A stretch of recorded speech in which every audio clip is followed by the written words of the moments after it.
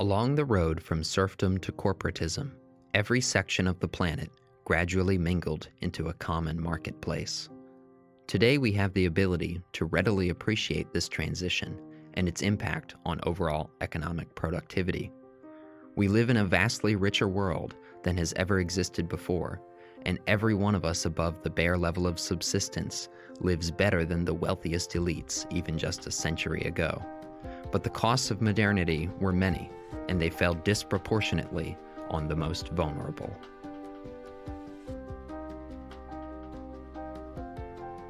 This is Liberty Chronicles, a project of libertarianism.org. I'm Anthony Comegna.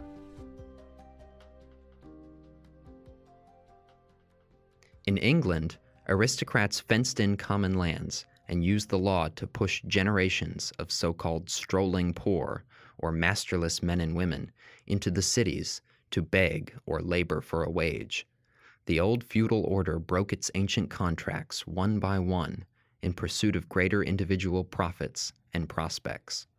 The proliferation of private property, of course, created greater and greater stocks of food, encouraging greater and greater elite investments in overseas exploration, trading, and colonial ventures. Monarchs continued to grant away bundles of their personal rights in exchange for a cut of the imperial take. Over the early modern centuries, roughly the 1400s through the late 1700s, monarchs and mercantile corporate capitalists both benefited from a system of imperial cooperation.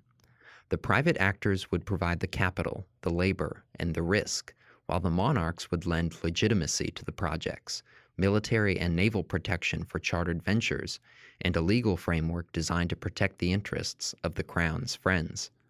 Over the centuries, sets of English, French, Spanish, Portuguese, Dutch, and other imperial conspirators conquered huge portions of the globe in the interests of a new species of public-private partnerships. Our task here is to step firmly away from a dreamy sense of accomplishment to starkly see and understand the human costs of corporate activities. The costs of empire in the Americas included the most catastrophic demographic collapse in human history, and perhaps humanity's most tragic story. Few of us are able even to approach an understanding of how dramatic the level of death actually was.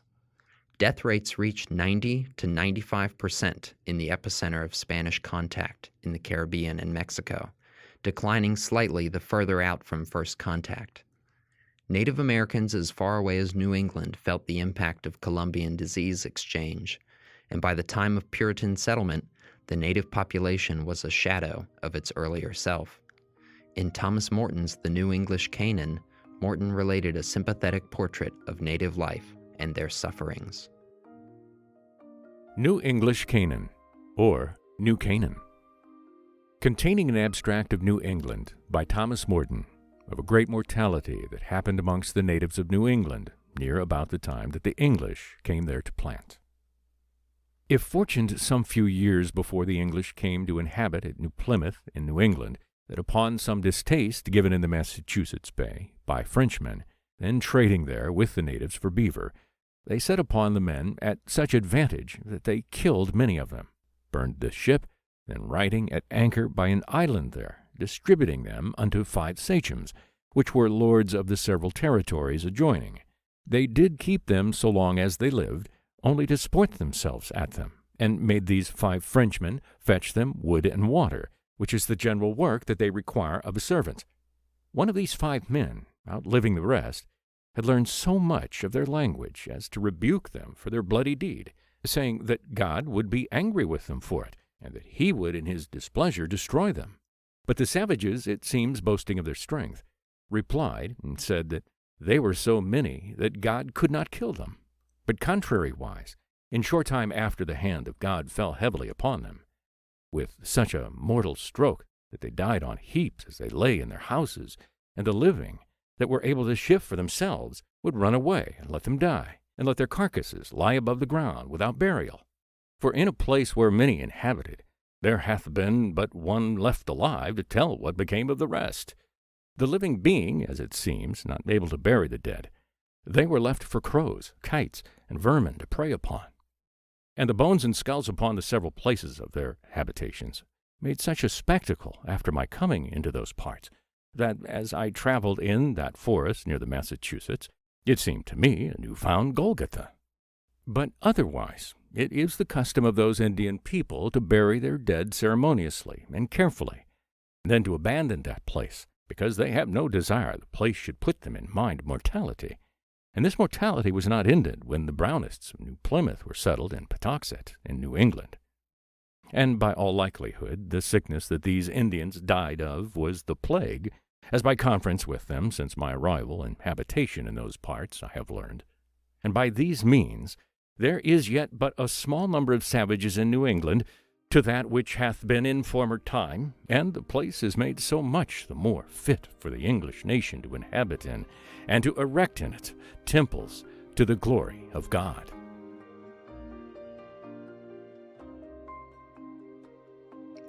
Europeans, quite certain of their own righteousness, took the Indians' mass death as evidence of their sinfulness, backwardness, and the inevitability of Christian triumph over satanic forces. The end result was a colonial culture of apartheid, in which Europeans of every class steadily enclosed Indians on reservations and restricted their ability to compete alongside whites in the global market. Whites stereotyped the Indians as either gentle or barbarous savages whose depressing history was recognized only when it supported colonial interests. The costs of modernity in Africa included massive depopulation, the disruption of pre-existing developments, political centralization, and monopolization.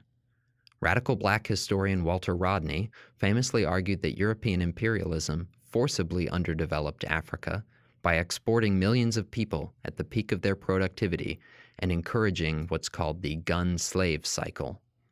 Europeans looking for slaves usually had to deal with the local monarch. Because kings generally acquired slaves through warfare and traded them for European firearms, the more slaves one could capture, the more guns one could get, and the more guns one had, the more powerful the slave raiders. The more slaves captured at war, the more guns from Europeans, and on for decades. The early 18th century Empire of Dahomey in West Africa serves as a vivid example of the human costs borne by Africans even before being transported across the oceans. William Snelgrave was a contemporary slave trader and one of the first Western Africanists. His personal accounts of human trafficking in Africa served to inform audiences that slavery was really the Africans' own fault, and the system's cruelty was actually improved by European imposition into the process. By turning men captured in war and sentenced to death into commodities, the Europeans were saving lives. Of course, while he is careful to detail African violence, he sees only benevolence in his own position in the process of state formation. A New Account of Some Parts of Guinea and the Slave Trade, 1734, by William Snelgrave. Containing an account of the destruction of the kingdom of Ouida, in the chief town of Sabi. The king allowed the Europeans convenient houses for their factories, and by him we were protected in our persons and goods, and when our business was finished, were permitted to go away in safety.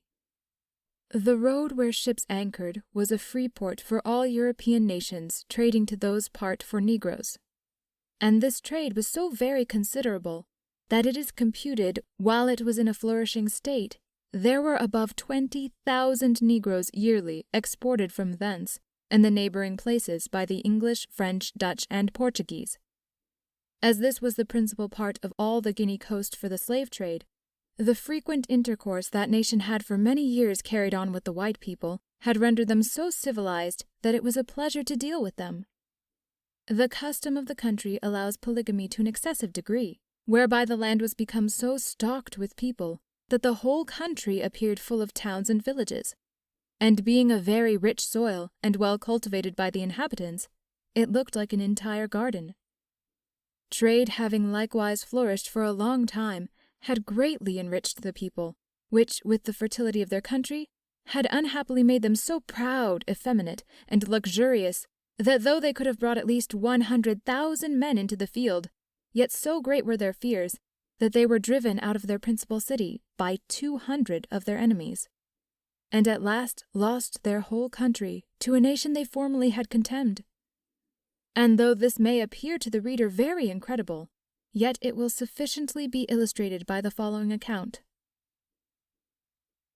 There is a constant tradition amongst them that whenever any calamity threatens their country, by imploring the snake's assistance, they are always delivered from it.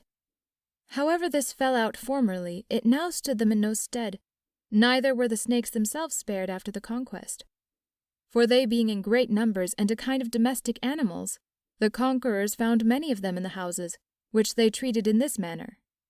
They held them up by the middle, and spoke to them in this manner: "If you are gods, speak, and save yourselves." Which the poor snakes not being able to do, the Dahomies cut their heads off, ripped them open, broiled them on the coals, and eat them. It is very strange. The conquerors should so far contemn the gods of this country, since they are so barbarous and savage themselves, as to offer human sacrifices whenever they gain a victory over their enemies, and eye-witness to which I was, as hereafter shall be related. The country, as we travelled along, appeared beautiful and pleasant, and the roads good, but desolated by the war, for we saw the remains of abundance of towns and villages, with a great quantity of the late inhabitants' bones strewn about the fields. We were plagued with vermin that greatly annoyed us, and that was such an infinite number of flies, that though we had several servants with flappers to keep them off our victuals, yet it was hardly possible to put a bit of meat into our mouths without some of those vermin with it. These flies, it seems, were bred by a great number of dead men's heads, which were piled on stages not far from our tent, though we did not know so much at that time. After we had dined, a messenger came to us about 3 o'clock in the afternoon from the great captain, desiring us to go to the king's gate. Accordingly we went, and in our way saw 2 large stages on which were heaped a great number of dead men's heads that afforded no pleasing sight or smell. Our interpreter told us they were the heads of 4,000 of the Weddas who had been sacrificed by the Dahomies to their god about 3 weeks before, as an acknowledgment of the great conquest they had obtained. His Majesty was in a large court palisaded round, fitting, contrary to the custom of the country, on a fine gilt chair, which he had taken from the king of Wedda. The king had a gown on, flowered with gold, which reached as low as his ankles, an European embroidered hat on his head, with sandals on his feet. Soon, a principal man of the court came and stood by us, and bid the interpreter ask us how we liked the sight, to which we replied, not at all, for our God had expressly forbid us using mankind in so cruel a manner, that our curiosity had drawn us to come and see it, which if we had not done, we could never have believed it. I observed to him that the grand law both of whites and blacks, with all their fellow creatures, was, to do to others no otherwise than as they desired to be done unto, and that our God had enjoined this to us on pain of very severe punishments. To which he answered, this was the custom of his country, and so he left us. He answered it was best to put the old men to death, for being grown wise by their age and long experience, if they were preserved, they would be ever plotting against their masters, and to disturb the country, for they never would be easy under slavery, having been the chief men in their own land. Moreover, if they should be spared, no European would buy them, on account of their age. It seems the king of Dahomey has grown exceedingly cruel towards his people, being always suspicious that plots and conspiracies are carrying on against him, so that he frequently cuts off some of his great men on bare surmises. This has so soured his temper that he is likewise greatly altered towards the Europeans. Now all the countries near the seaside, which the king of Dahomey could possibly get at, are not only conquered, but also turned into desolation, with the inland parts in so terrible a manner that there is no prospect of trades reviving there again for many years, or at least so long as the conqueror lives. What little there is carried on chiefly at Apa, a place secured from him by a morass and a river. The primary costs of corporate imperialism to Europeans came in the form of indentured servitude, essentially impressment into New World prison labor regimes, proletarianization in European cities, or in bearing the financial burden of hostile market forces so aristocrats and their corporate creations might profit. While earlier colonial powers relied mainly on enslaved or semi-enslaved indigenous and African laborers, the English efforts toward empire began with very different models than their Iberian rivals. Using the brutal conquest and expropriation of Ireland as their model, the English West Countrymen staged a propaganda and lobbying campaign to replicate the process in the Americas. The colonial promoters included Sirs Francis Drake, Richard Grenville, John Hawkins, Walter Raleigh, Humphrey Gilbert, and the brothers Richard Hakluyt, one a lawyer, the other a clergyman. The West Countrymen combined Protestant zeal with fresh experience in ruthlessly crushing foreign populations. Scenes from the English conquest in Ireland mirror Snelgrave's account of the Dahomean Empire a century later, under the influence of the slave trade. Historian Alan Taylor writes, "Treating the Irish as treacherous beasts, the English waged a war of terror and intimidation, executing prisoners by the hundred, including women and children. The English commander, Sir Humphrey Gilbert, decorated the path leading to his tent with human heads." Taylor quotes Gilbert's personal publicist, who claimed the scenes delivered great terror to the people when they saw the heads of their dead fathers, brothers, children, kinsfolk, and friends lie on the ground before their faces as they came to speak with the colonel. The promoters planned to gather investment capital, a monopolistic charter, and a bevy of indentured servants to work the colony. To get the capital, they would sell shares in a joint stock company of adventurers and capitalists. To secure the charter of their rights and privileges, they promised the Queen a portion of their revenues and their fealty. Labor, though, that was the tricky part, and it remained so for the first half-century of English settlement in the Americas. Very few of England's sturdy beggars volunteered to strike it rich in a new and wondrous land.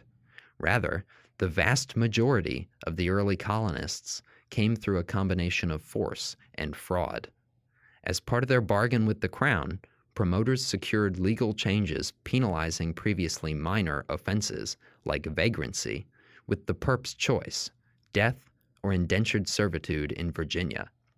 Some even more unscrupulous figures kidnapped children or drugged and sold masterless men and women to their new rulers across the ocean. The first attempt at English settlement in Roanoke was more of a conquering army than a colonizing venture. The 1585 colony dissolved within a year, and the subsequent colony vanished while the Armada crisis prevented the arrival of fresh supplies.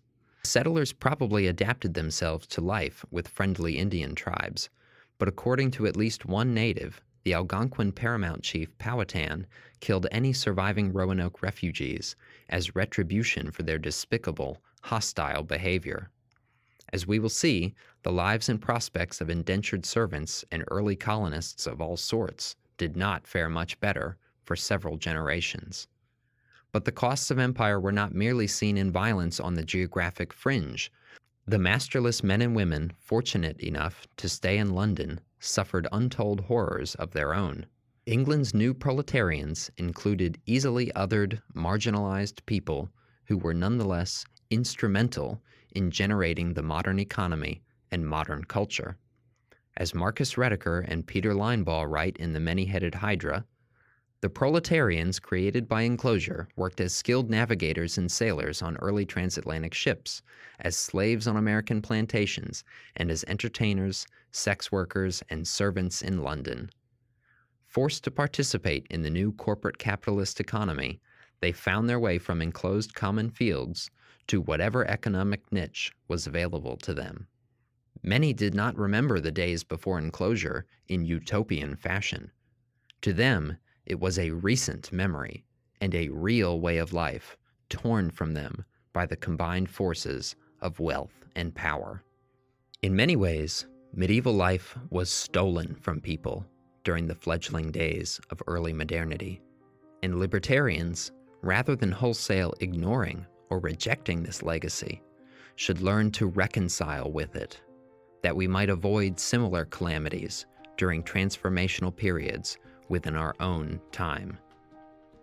In 1607, the class of colonial promoters secured a charter for the colony called Virginia, possessed of a host of monopoly powers and privileges, and almost absolute authority over the territory, including the right to institute martial law. The proprietors secured 9 ships for the first settlement. 8 of them made it. The Sea Venture ran afoul of a hurricane and wrecked off the Bermuda Shoals. Though they expected to find an Isle of Devils, the 150 shipwrecked colonists found paradise and plenty. While Virginians starved to death, their reinforcements on Bermuda decided they preferred paradise over hell.